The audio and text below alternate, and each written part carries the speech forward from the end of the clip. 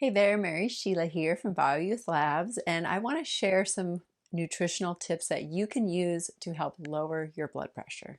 Okay, so the first one I want to share with you is to reduce your sodium intake. Now, sodium is an essential mineral. We need it for our body to function, and it's the counter mineral to potassium. So it's not that you can't have any, but the best way to do that very easily in the diet is to reduce your intake of processed foods. I know that sounds simple, but look in your cupboards for those chips or crackers, even the salted nuts, and make a switch. Get those chips and crackers out of your house and then switch to plain, unsalted, raw nuts and seeds. You'll eat way less of them and you won't get all that salt. And the other way to reduce sodium naturally is to increase your intake of herbs and spices. They are naturally anti-inflammatory and such a flavor enhancer to any meal that you're having. So it's going to make a huge difference in your taste factors, satisfaction of a meal, and also adding more vitamins and minerals to your diet naturally and lower your sodium intake because you're getting your flavors that way. The next tip is to increase your potassium intake. Potassium is the counteract or the counterbalance to sodium, as I mentioned, and it will actually help you lower your blood pressure. And all you have to do is increase your intake of potassium-rich foods, which is basically means eat more vegetables and fruit. They're chock full of potassium. Things like bananas, sweet potatoes, avocados, spinach, beans, salmon, all kinds of foods. Whole vegetables and fruits is a simple way to just increase that intake. I always like to say if half of your plate is full of vegetables, you are going to be getting enough potassium.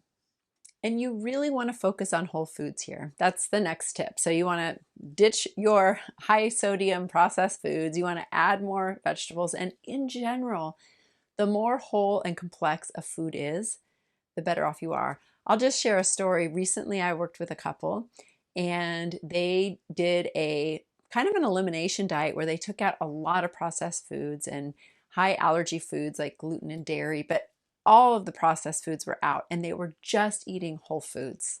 And you won't even believe this because I was pretty shocked myself, but one of the clients, his blood pressure went down 30 points by changing his diet and eating whole unprocessed foods. So there's so much potential for you to grow into this space of whole unprocessed foods. And I love sharing and talking about this. And sometimes you'll see me in my kitchen. So stick around because we've got your back here when we're talking about how to support all systems of the body and blood pressure being one of them. Okay, the next tip is to limit your alcohol consumption. I'll talk about this a little more in detail in another video coming up, but it's not going to help you to lower your blood pressure, even though it might feel relaxing, but it can really raise your blood pressure, especially if it's in excess. So moderation is the name of the game. So it might mean, really looking at what your alcohol consumption is today and try cutting it in half and start there. And then once you have that half consumption level, maybe you can cut that in half again. Or some of you might want to say, I'm just going to take a full-on break from it and see what happens. But regardless, it's not helping you with your blood pressure. And it's also not helping you with your brain health and your overall health. And sometimes when we drink alcohol, we eat more food and we wake up and we don't feel as well or we don't sleep as well during the night. And that can raise blood pressure too. So there's lots of little side effects with the alcohol. It's best if it's out of the diet or at least very much moderate. And another tip I want to share with you, and I'm not trying to ruin all the fun, but you really want to monitor your caffeine intake. Caffeine can temporarily increase blood pressure. So you do want to watch how much you're drinking. If you're enjoying your cup of coffee or tea in the morning, by all means, I don't want to rain on that parade. But if it's an all-day thing, if you're cup after cup after cup, that's probably not supporting you in what you need to do. So lower it down. I always like to recommend hydration first, then food with protein, and then caffeine. Give your body a little bit of buffer from that cortisol spike that caffeine can give us and that raise in blood pressure, because it'll probably be a little less if you've got the buffer of food. The next way you can support yourself with high blood pressure is to maintain a healthy weight. And I know weight loss can be really challenging. I totally get it. But when we are overweight, then we're going to put more pressure on our cardiovascular system, and that could certainly raise our blood pressure.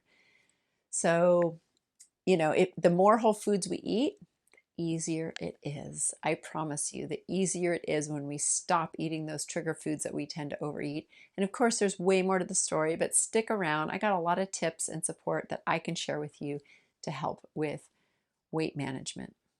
And if you are looking for a specific diet to follow, the DASH diet, which is Dietary Approaches to Stop Hypertension, has a great track record in helping people to lower their blood pressure. It's easy to find online. It's full of unprocessed whole foods, and it has helped a lot of people to lower their blood pressure. Well, I hope that this helps to support you in lowering your blood pressure. Like I said, stick around BioYouth Labs. I'm always happy to share and support you in your health goals. I hope you have a really great day, and I'll see you next time.